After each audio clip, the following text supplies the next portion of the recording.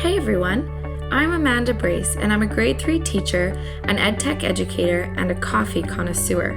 This semester, I took my very first master's class with Dr. Alec Kuros, EC&I 831, Social Media and Open Education. Within the last 3 months of my EC&I 831 journey, I've not only grown in my love for technology, but I've also expanded my knowledge for social media and online learning. Now that we are at the end of this course, I have walked away with many skills and new ideas. But what stuck with me the most? There is so much power, positivity, and potential with online learning, networking, and education. In order to prove my point, let's take a walk down memory lane and go back to where it all started. I didn't know what to expect for my very first master's class, but I soon realized that I had nothing to worry about because there is power through the community of online learning. My classmates soon became my PLN, my personal learning network, otherwise known as my online community.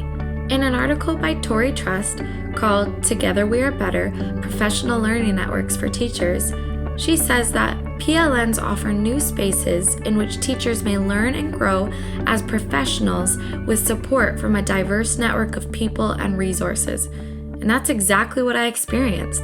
By meeting every Tuesday with the video conferencing tool Zoom, using our shared hashtag on Twitter to share and communicate, asking and answering questions with our Slack community, and by connecting through our blog posts, we built a collaborative, supportive, and inspirational community online. In order to connect with my classmates and other people online, I created a blog called EdTech Endeavors to share my thoughts and reflect on what I was learning. Who knew I would love it so much? I was nervous to write my first blog post, especially because I wasn't sure what the title of the course, Social Media and Open Education, even entailed. But I guess I was more equipped than I even realized, especially being a millennial and all.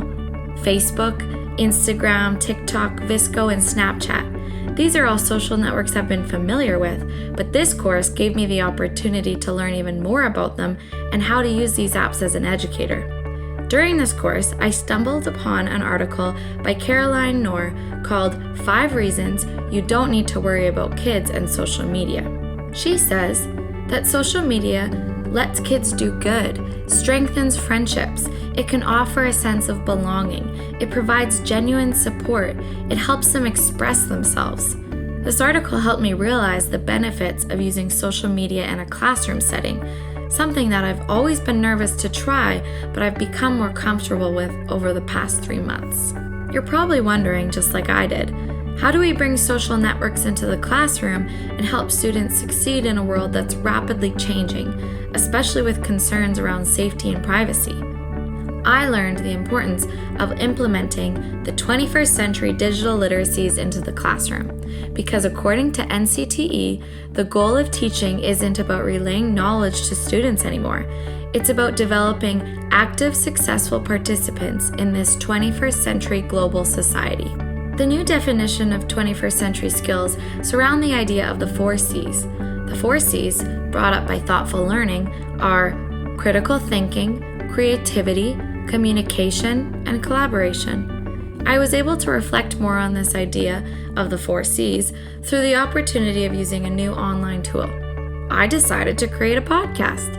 I expanded on the idea of incorporating the 21st century literacies by talking about the benefits of integrating new apps and technology in the classroom. And so began EdTech Endeavors, the podcast.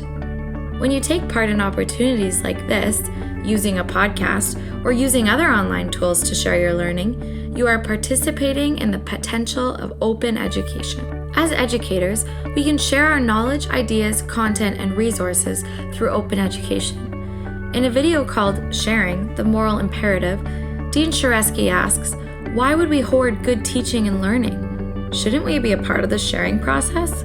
We can also use this type of education in our classrooms, which is called Open Educational Practice. In other words, OEP. As I looked more into what OEP even was, I didn't even realize that I was already using a lot of these strategies and opportunities in my own classroom. Using tools like Skype and Twitter in your classroom to connect with experts and other people around the world is a form of open educational practice. When I took my question to Twitter, I also learned that the gamified classroom is a part of OEP. Using open educational practice in your classroom deepens the learning experience, the community, and the connection. There is potential in this type of learning, which brings positive change to our world. This brings us to social activism. What is social activism, you ask? Think social media and social justice combined. Can online social activism be meaningful and worthwhile? That's what I was on a mission to find out.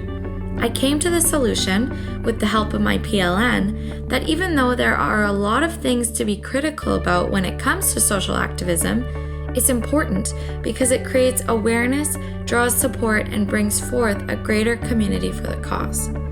We can encourage social activism through digital leadership.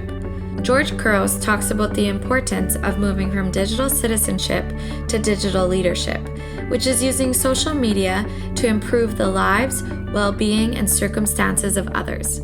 As educators, it's our responsibility to empower our students so that they can use their online presence to do something positive for our world through social activism. This brings us full circle to now, to the end of the semester.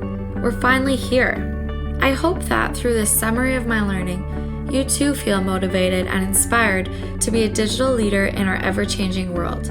Because after all, isn't that what it's all about? To demonstrate the power, to spark the potential, and encourage the positivity of social media and open education for generations to come.